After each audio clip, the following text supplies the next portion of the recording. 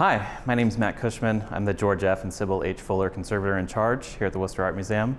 Welcome to the Conservation Lab.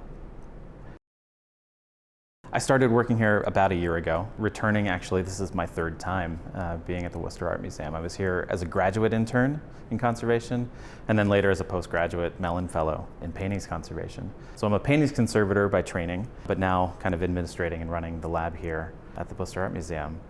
It's exciting to be back at this moment because the museum is in this period of growth. We've got a really successful capital campaign going on, and it's an exciting moment for conservation because we're in a moment of rebuilding. And so it allows me and the team here to kind of decide, what do we want to focus on? How do we want to adapt the conservation department as the museum grows, as aspirations for the museum continue to grow as well? And then strategically, how do we fund all of that to make sure that we've got people on site who can handle all of those tasks going forward? So it's really exciting to be back for that reason, but also to work with the extraordinary collection, the great people that we have here as well.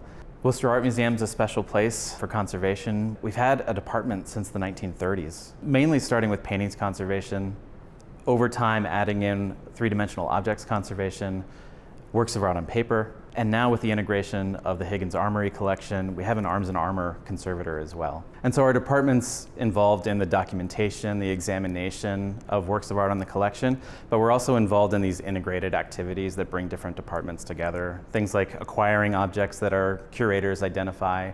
We help to identify what the materials are, what the condition of those pieces are, work with our registrars to make sure that we've got space in storage, things like that.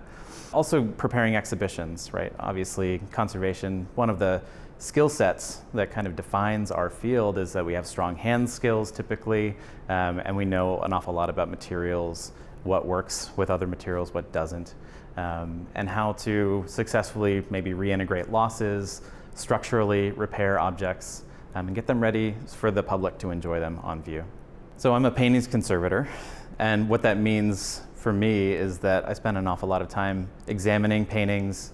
We spend an awful lot of time studying the artworks in the collection, studying things that might come into the collection, identifying maybe where they're structurally unsound, areas that need to be shored up a little bit, and then removing non-original materials sometimes, right? How do we chemically separate dirt or a coating or an adhesive off of the original object so that when you enter the gallery, you know, those old things that have been added over time, maybe they've discolored, they aren't the first things that show up in your mind. You're seeing the whole piece as one thing.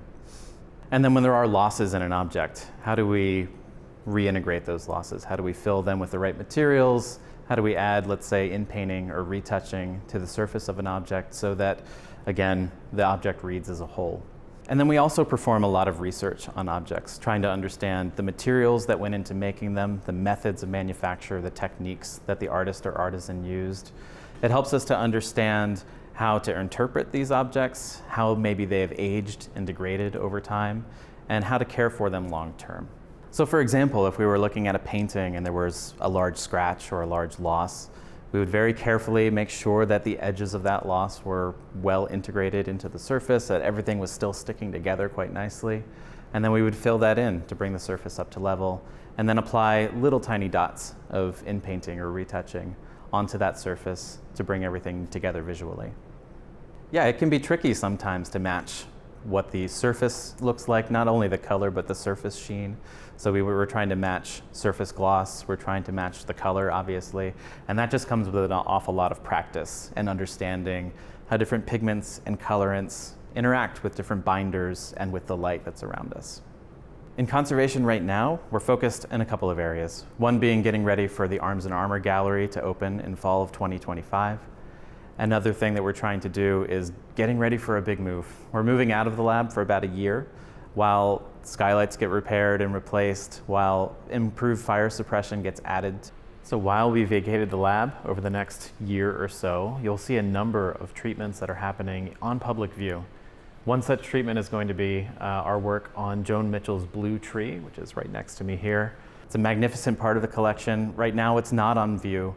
And it was recently included in an important retrospective of Joan Mitchell's work. And during that time, we found that the surface is a little bit delicate. The painting's spectacular because it's unvarnished, it's never really been cleaned. And now that the painting has had, about 6 decades or so to age, it might be the right time for us to start thinking about perhaps cleaning that picture, removing a layer of surface dirt so that Joan Mitchell's work can be seen in fresh light. It's a really complex surface for us to work with. There's very high impasto, there's prickly surface that we'll have to contend with, there's some cracked paint, and there's very subtle differences in surface sheen and surface gloss. And so we're going to be working to stabilize the paint, make sure that everything is well secured. We'll be starting this work in around February of 2025, and you'll see this project continue throughout the year when you visit us at the museum, but also on our social channels. So if you come to the museum in the next year, keep an eye out for us. We'll be in the galleries, hopefully working on something that catches your interest. Thanks for watching. We hope you have a great day. We'll see you next time.